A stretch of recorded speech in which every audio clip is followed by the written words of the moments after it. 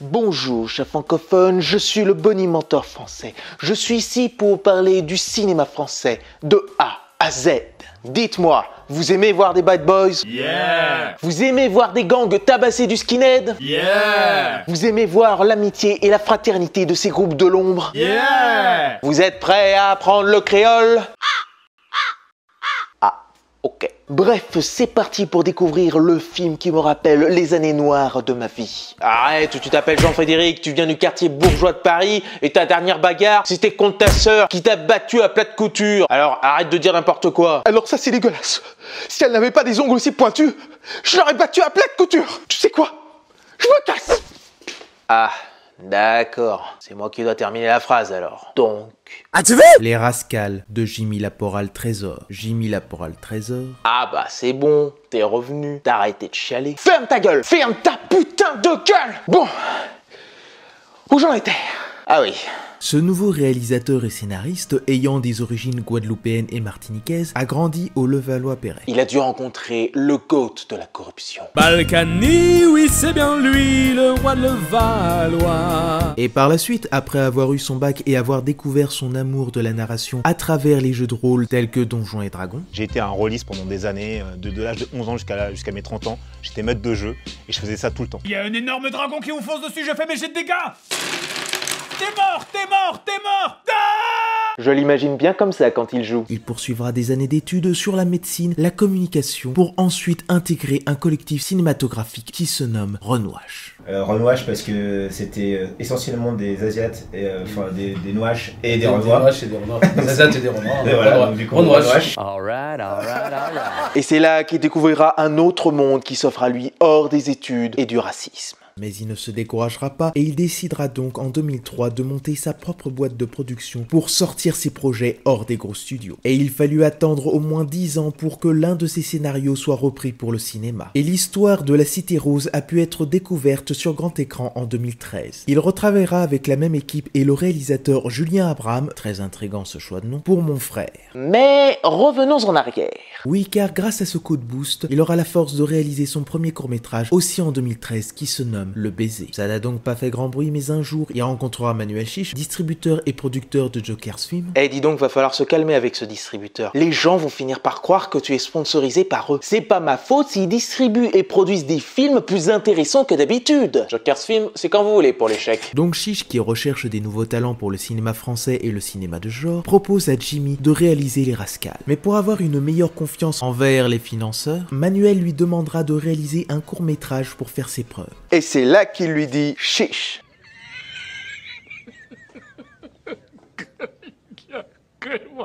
Et il proposera en 6 jours et avec 80 000 € de budget ce court-métrage qui sera un épisode à part des Rascals et qui s'appellera Le Soldat Noir. Ça va les négros? Vous aimez pas ça? Qu'on vous appelle négro. Pourtant c'est ce que vous êtes pour notre douce France. Pour eux vous êtes des fils d'esclaves. Les flics font rien, les Français ferment les yeux, tout le monde tourne la tête. Pourquoi? Moi je suis pas leur négro. Et vous?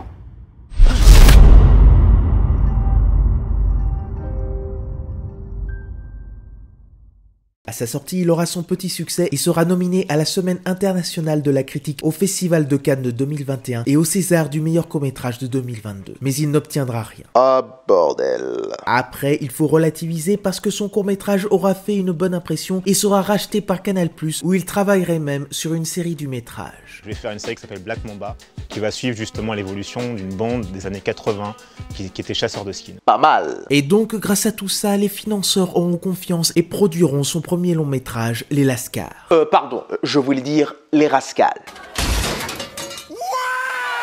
Il aura donc un budget de 2,8 millions d'euros pour le film. C'est beaucoup, mais en même temps pas assez. Alors avec tout ça, voyons voir s'il arrivera à donner une énergie nouvelle pour convaincre les jeunes de revoir du cinéma français et prouver qu'on peut être bon. Ah, c'est pas moi qui le dis, c'est cet article. Donc c'est parti pour... La bagarre. Donc, qu'est-ce que j'en ai pensé?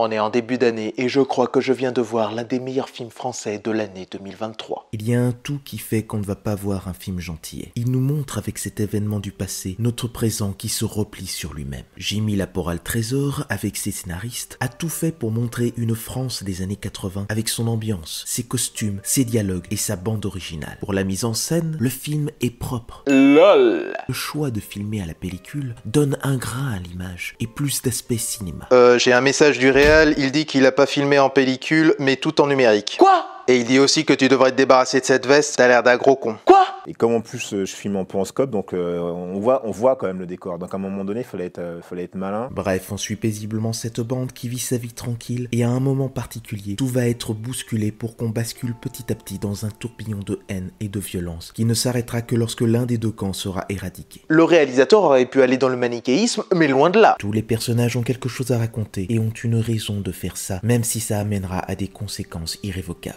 Il est donc compliqué de soutenir l'un des deux gangs. Et en fait, l'idée c'était vraiment de se dire qu'on a vraiment essayé d'être à hauteur d'homme, de se dire que chaque personne agit, fait des choses parce qu'il y a de bonnes raisons en tout cas pour lui de les faire.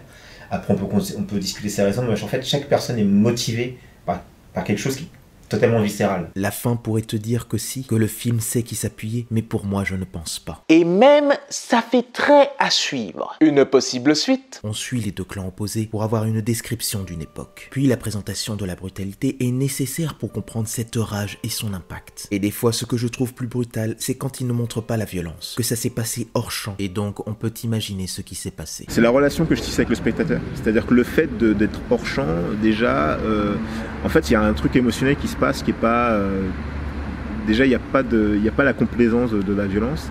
Et puis, du coup, ce que je vais invoquer, c'est plus... qu'est-ce que la violence provoque comme changement chez la personne qui est témoin de cette violence. Et à chaque fois, c'est vraiment le vrai questionnement, il est là. C'est que comment la violence fait basculer un personnage dans une radicalité. Donc c'est vraiment toujours ça. Et donc c'est pas tellement important de voir cette violence, mais c'est de voir comment quelle est la répercussion de la violence sur la personne qui est témoin de cette violence.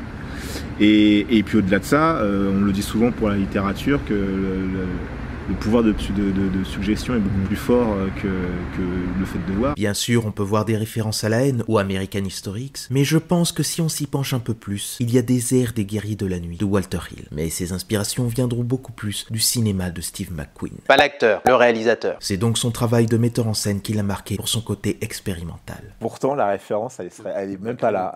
Ce serait plutôt Black Rain. Alors, en fait, c'est une scène dans le film qui m'a marqué, moi, toute mon adolescence. C'est la mort d'Andy Garcia, avec Michael Douglas qui peut rien faire. Et en fait, nous, directement, on se dit qu'il faudrait qu'on ait un dispositif qui nous permette de nous ramener dans ce truc d'impuissance. Puis pour moi, il n'y a pas de personnage principal. Ils sont tous les personnages principaux. Et tous les acteurs sont excellents et ont une démarche telle qu'on y croit. On a alors parmi le groupe Marvin Dubar, Tadeo Kufus, Jonathan Hipp et Emmerich Mamillon. Mais il y en a 4 qui se démarquent. Victor Mutley a cette orage de frapper ce qui ne le représente pas, bien qu'il n'ait pas encore atteint ce chemin de nos retours. Missoum Slimani est parfait sur ce personnage désinvolte qu'est Rico. Un chemin qu'il prendra et qui sera sans retour. Angelina Warrett a tout pour être une personne qui est hors de ces événements, mais malheureusement, un acte l'obligera à y participer, même si au fond d'elle, elle sait que ce n'est pas la solution. La haine aura pris les devants. Ce qui lui arrive, ça peut arriver à n'importe qui. Et je pense qu'en tout cas, ce qu'elle ressent, elle, à ce moment-là, c'est-à-dire l'envie de se venger, je pense que ça peut arriver à n'importe qui. Si jamais tu vois quelqu'un, un de tes proches, se faire ratiboiser la figure, est-ce que derrière, tu n'aurais pas envie de te venger? C'est une question qui est légitime, que tout le monde peut se poser.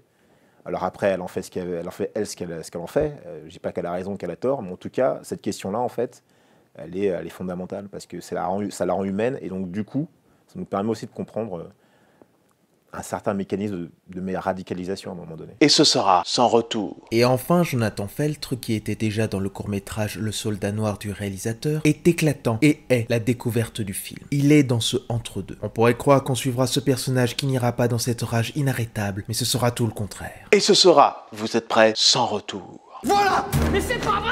Tous suivent des routes séparées pour que par la suite elles se relient et arrivent à l'inévitable, l'autodestruction. Ça dit toujours que ça ne se renouvelle pas parmi les actrices et acteurs français. Et ben là, je dois dire qu'on est satisfait par toute cette nouvelle population d'artistes qui sont là pour renouveler le cinéma français. Il y a tout de suite eu un truc très amical. Et ça, dès le casting, j'ai trouvé. Il y a tout de suite eu... je pense que le projet était tellement excitant pour tous.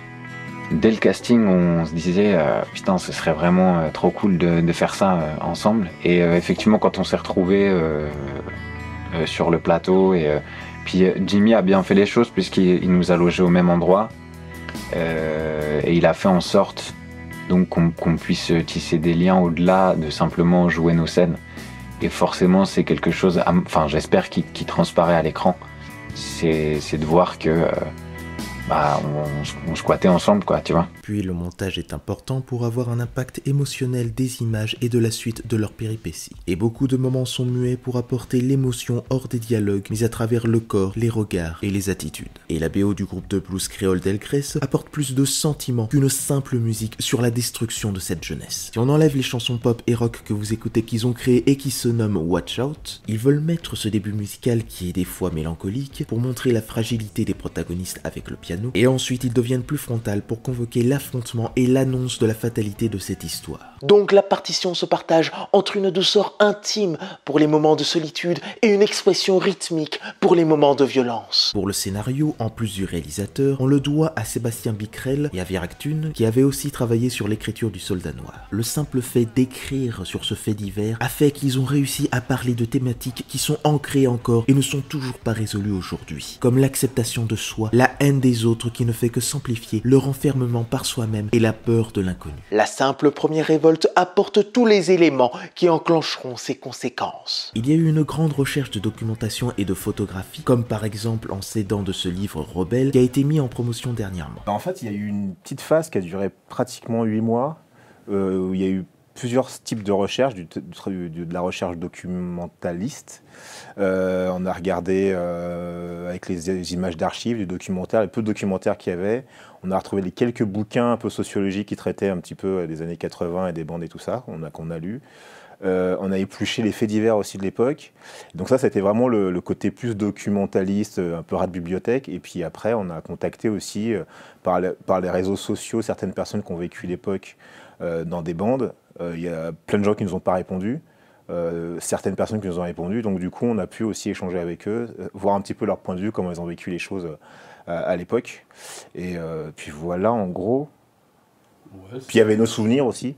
Nous, à l'époque, on était gamins, mais c'est vrai que quand on avait en primaire, un petit peu primaire, collège, les sujets de conversation qu'on avait, c'était vraiment tous les faits divers, les rumeurs qui traînaient dans la rue, telle banque qui s'était fait attraper à Saint-Michel, tel gars qui s'était fait faire avoir le sourire du Joker, des trucs comme ça. Donc du coup, on a mixé un peu tout ça, quoi. Et voilà que dans l'écriture, ils ont bien réussi à faire que chaque personnage a sa personnalité. Pour certains, ils trouveront que c'est caricatural, mais moi je ne trouve pas, parce que le cinéma est toujours une exagération de nos vies. Sauf si vous voulez faire des films comme Les Frères Dardenne, où là, rien n'est exagéré. Bon, la pique est facile, je m'en excuse. Et Laporal Trésor mettra un plus dans son métrage qui sera le langage de la rue. Il parle l'arabe, le créole, le français, mais la langue française de l'époque, et le verlan ou l'argot. Ça donne un mélange des cultures et quelque chose d'authentique à l'histoire. J'ai l'impression que ça aide à l'immersion. Le langage, en fait, c'est hyper important dans le film. Il y a plein de langues différentes. Et voilà, c'était hyper important, l'oralité. En plus du visuel, je trouve que ça nous aide à nous immerger complètement dans l'univers des Rascals. Puis pour ce qui est du choix du titre Les Rascals, même si c'est le nom de leur groupe, on peut voir que si on modifie les lettres, ça fait Lascar. Je ne pense pas que ce soit en rapport avec la Syrie, mais qui sait? Et ce mot est aussi utilisé en anglais pour dire fripouille. Un mini gangsta, quoi. Il y a bien sûr des défauts de premier métrage, comme un début qui avance un peu lentement, et des transitions entre les deux gangs qui peuvent gâcher le rythme, mais qui sont nécessaires pour présenter les personnages et leur évolution. Il y a peut-être un milieu de film qui tourne en rond. Et je sais ce que vous allez me dire. Comment un gars qui a vécu dans le Levallois-Perret peut comprendre les problèmes de banlieue? Eh bien c'est parce que son père, qui était à moitié guadeloupéen et à moitié martiniquais, faisait partie du gang des Antillais et qu'il a vu des choses enfant qu'il n'aurait jamais dû voir, et c'est pour ça qu'il a ensuite vécu chez sa grand-mère. Et ça l'a tellement marqué que certains éléments de son passé y sont dans le film. Le personnage de Rudy pourrait être le lui qui a mal tourné. Il y avait déjà ce personnage de Rudy qui est de la famille antillaise, c'est quelque chose qui me tenait moi à cœur de rentrer dans une famille antillaise des années 80 et de donner une autre représentation, moins Marie-Thérèse, la doudou, tout ça, quoi. Et qui était plus proche de ce que moi j'ai connu des années 80 et des ambiances antillaises, avec une dimension presque autobiographique, parce qu'il y a quand même pas mal d'éléments de mon existence aussi dans cette trame de Rudy. Puis le choix des couleurs sur les costumes de chaque protagoniste est important pour véhiculer leur personnalité. Et aucun n'ont quelque chose de très cosplay. On sent la texture des vêtements. Cette veste, elle a une poésie, quoi. Elle est hors temps. En même temps, on peut la relier à une époque. Elle peut faire années 50. Mais elle est quand même malgré tout... elle a un côté graphique, elle est dessinée. Ce blouson, effectivement, il démarre d'une rencontre dans une rue. Il démarre de là. Et après, c'est tout un travail d'équipe. C'est-à-dire, tout le monde a amené une idée, une chose, on a essayé des pièces, on a essayé des détails, on a transformé des choses. Et puis après, c'est Jimmy qui choisit. Donc il y a un tout qui fait que je ne peux que le recommander. Il est rude, mais objectivement nécessaire. Je pense que Jimmy marquera le cinéma français. Je suis donc très impatient de voir son prochain film qui se nommera Mai 67 et qui traitera d'un autre fait divers qui s'est cette fois passé en Guadeloupe et a eu des répercussions. En espérant qu'il enlèvera certaines erreurs de son premier film et qui trouvera l'osmose du cinéma. Dans ce métrage, il n'y a pas de gagnant ni de perdant. Il n'y a que des laissés pour compte. Pour moi, avant tout, le cinéma, c'est de provoquer des émotions fortes chez les spectateurs. En fait, moi, j'aime pas aller voir un film où on me fait la morale. Donc, j'essaie de pas faire la morale quand je fais un film aussi. Mais par contre, de venir te titiller avec des émotions peut-être qui sont un peu contradictoires, de la colère, de la frustration, de l'indignation, du rire, de la peur, ces choses-là, en fait, qui vont venir te trifouiller les entrailles. Moi, c'est un truc qui m'intéresse. Et après, derrière, peut-être en sortant, tu diras, ah, le film, il m'a un peu bouleversé, il m'a un peu chamboulé, je suis un peu mal à l'aise avec ça. Mais finalement, est-ce que c'est pas à cet endroit-là que le cinéma commence? Rascal for life! Sur ce, je vous dis à la prochaine et je bonimensionne les films que vous oubliez de mentionner. Ahmed Morslaoui, ça sonne français pour toi? On est fils d'immigrés, on sera toujours mal placés ici.